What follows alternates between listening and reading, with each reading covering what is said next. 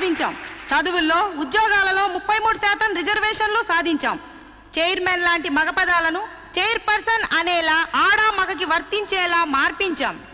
ఎంత సాధించినా ఆడదాన్ని తమలపాకుల కట్టగానే చూస్తున్నారు, తల్లో పువ్వుగానే చూస్తున్నారు. ఉదాహరణకి ఆడది ఒక్కతే రోడ్డు పక్కనున్న టీ కొట్టుకెళ్లి టీ తాగితే ఇది లాడ్జింగ్ కేసు అని అంటారు. దీనికి కారణం ఏంటంటే ఒకప్పట్లో మనకు పోరాడే నాయకురాలు లేకపోవడమే. ఒక అనీ బిసెంట్, ఒక దుర్గాబాయ్ దేశ్ముఖ్, ఒక సరోజినీ నాయుడు, ఒక ఇందిరాగాంధీ మళ్ళీ మన కోసం పుట్టాలి. అసలు నన్ను అడిగితే ఈ జన్మలో దళితులకు ఎంతో సేవ చేసిన అంబేద్కర్ ఈసారి స్త్రీల కోసం ఆడదానిగా పుట్టి రాజ్యాంగం తిరగరాయాలి, మనకు 50% రిజర్వేషన్లు కల్పించాలి. అప్పుడు రిజర్వేషన్ల ద్వారానే మనం పైకొచ్చామని చులకనగా చూస్తారు. అయినా మగాడు ఆడది ఒకరినొకరు అర్థం చేసుకుంటే ఈ భేదాలెందుకు, ఈ వాదాలెందుకు? ఎవరెంత ఎదిగినా కనాల్సింది ఆడదే, కారకుడు మగాడే. ఈ సత్యం తెలుసుకుని ఒకరినొకరు గౌరవించుకుంటే చాలు. మగాడు ఆడదాన్ని గౌరవించడం అటుంచి అడగదొక్కుతున్నాడు. మనం మగాళ్ల కాళ్ళు నొక్కడాలు, పని మనిషిగా చాకరీలు చేయడాలు అవన్నీ మానేయాలి.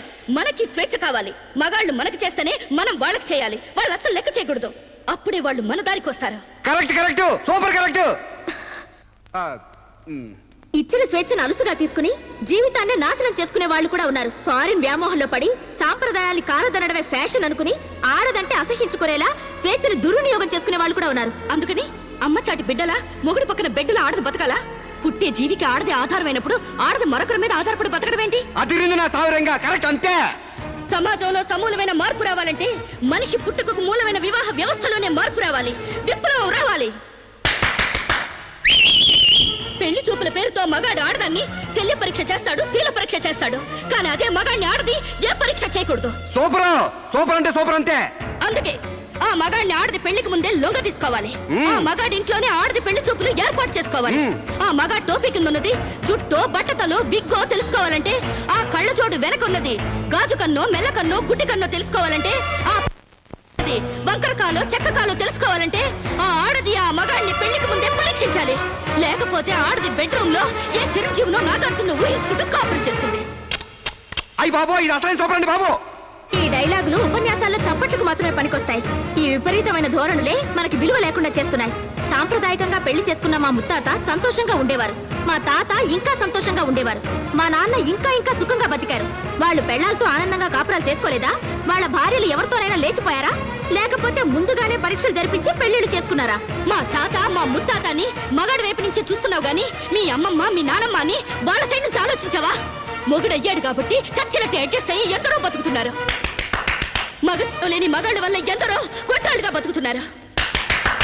మొగుడికి తెలియకుండా చాటుగా ఎందరో పక్క వాళ్ళతో దొంగ కాపురాలు చేస్తున్నారు. ఆ మాటకొస్తే గర్భసంచి లేని ఆడాళ్ల వలన ఎంతమంది మగాళ్ళు సంతానం లేక పున్నామ నరకానికి పోలేదు? అందవిహీనమైన భార్యలతో ఎంతమంది మగాళ్ళు అడ్జస్ట్మెంట్ లైఫ్ అనుభవించడం లేదు? వాళ్ళంతా వాళ్ళ పెళ్లాల్ని వదిలేయాలనేనా నీ ఉద్దేశం? అందుకే పెళ్లి చూపుల ఆచారాల్ని పూర్తిగా మార్చేయాలని గొంతు తెచ్చుకునేది. ఎండ కాస్తుంటే గొడుగేసుకోవాలి గాని ఆకాశానికి అడ్డు కడతావా? సూర్యుని పగల కొడతావా? అంతకన్నా వెర్ర ఆలోచన మరొకట్లేదు. మగాళ్ళలో మార్పు కోసం పవిత్రమైన ఆ పెళ్లి ఆచారాన్ని నాశనం చేసుకుంటావా? కాన్పు ముందు నొప్పులు, మార్పు కోసం కష్టాలు తప్పవు. నొప్పుల కోసం భయపడితే జననాలుండవు, కష్టాల కోసం వెనక్కి తగ్గితే సుఖాలుండవు. ఆచరణకి సాధ్యం కాని వాటి గురించి ఆలోచించడమే వ్యర్థం. ఆచరణలో పెట్టి చూపిస్తాను. చెప్పడం తేలికే గాని చెయ్యడం కష్టం. నేను చెప్పింది చేసి చూపిస్తాను. ఈ వివాహ వ్యవస్థనే మారుస్తాను. పెళ్లికి ముందే ఒక మగాడితో డేటింగ్ చేసి అతను అన్ని విధాలా నాకు నచ్చితేనే అతన్ని పెళ్లి చేసుకుంటాను. నీ తలతిక్క పిచ్చి పనులు ఒప్పుకోవడానికి ఇదేం ఫారెన్ కాదు, ఇండియా. అక్కడ దాకా ఎందుకే? ఇప్పుడే ఒప్పిస్తాను. సాంబశివరావు, నాతో డేటింగ్ చేస్తావా? మీరు చెప్పిందా రైటు, మీ వెనకాల రైటు. డేటింగ్ అంటే ఏంటమ్మా? పెళ్లికి ముందు ఒకరి ఇష్టాల గురించి మరొకరు తెలుసుకోవడానికి కలిసి ఉండడం, అదే డేటింగ్. ఇదేంటిది కొత్తగా ఉంది? ఇది కొత్తగా నేను కనిపెట్టిందేం లేదు. డేటింగ్ అనేది ఫారెన్ లో ఎప్పటి నుంచో ఉంది. సాంబశివరావు, ఒప్పుకుంటున్నావా? శిరీష్ గారు ఏం చెప్పినా నేను కాదనండి. చూసావా, అప్పుడే మార్పు తేవడం స్టార్ట్ చేశాను. అంటే పెళ్లికి ముందే మీరు ఒకే ఇంట్లో కాపురం చేస్తారనమాట, ఒకరి పక్కన ఒకరు పడుకుంటారనమాట, ఒకరింగిలో ఒకరు తింటారనమాట. ఆఫ్ కోర్స్, మేమిద్దరం 6 నెలల పాటు ఒకే ఇంట్లో ఉంటాం. ఆ తర్వాత ఒకళ్ళొకళ్ళు ఇష్టపడితే పెళ్లి చేసుకుంటాం, లేకపోతే విడిపోతాం. విధవకి బొట్టు పెట్టాలన్నంత సులభం కాదు ఈ పని. ఇంతమంది ముందు నోటికొచ్చినట్లు వాగి ఇప్పుడు పరువు పోతుందన్న తాపత్రయంతో సరే అంటున్నాం. ఆ తర్వాత నేనెప్పుడన్నానంటే కావాలంటే అగ్రిమెంట్ మీద సైన్ చేస్తాను. కస్తూర్బాయ్ గారు, అగ్రిమెంట్ రెడీ చేయండి. పెళ్లి పేరుతో ఒకరంటే ఒకరు పడక ఒకే కప్పు కింద అయిష్టంగా కాపురం చేసే ఎంతో మందికి మా కలయికి ఒక చెంపదెబ్బ కావాలి. భారతీయ భారతీయ వివాహ వ్యవస్థకే కనువిప్పు కావాలి. సాంబశివరావుని స్టేజీ మీదకి రావాల్సిందిగా కోరుతున్నాను. పండించేది వరి, పుట్టింది ఈస్ట్ గోదావరి. శిరీషమ్మ గారు చెప్పింది చాలా కరెక్ట్. పెళ్లికి ముందే మగాడిని టెస్ట్ చేసి పెళ్లి చేసుకోవాలి. ఎందుకంటేనండి, సపోజ్ నేను ఉన్నానండి, నాకు చాలా పర్సనాలిటీ ఉంది, మంచి దమ్ము ఉంది, మీసం ఉంది, బాడీ కూడా ఉంది. మరి లోపలికి వెళ్తే నాకు మగతనం ఉందో లేదో మీరు ఎవరైనా చెప్పగలరా? నా నరాల్లో కరెంట్ ఉందో లేదో మీరు చెప్పగలరా?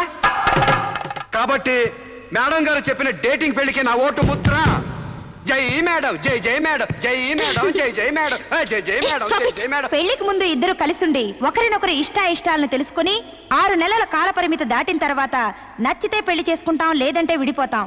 డేటింగ్ అనబడే ఈ ప్రక్రియను మేమిద్దరం స్టేజీ మీదున్న పెద్దల సాక్షిగా, సభలోని జనాల సాక్షిగా సమ్మతిస్తున్నాం. సంతకాలు పెట్టండి.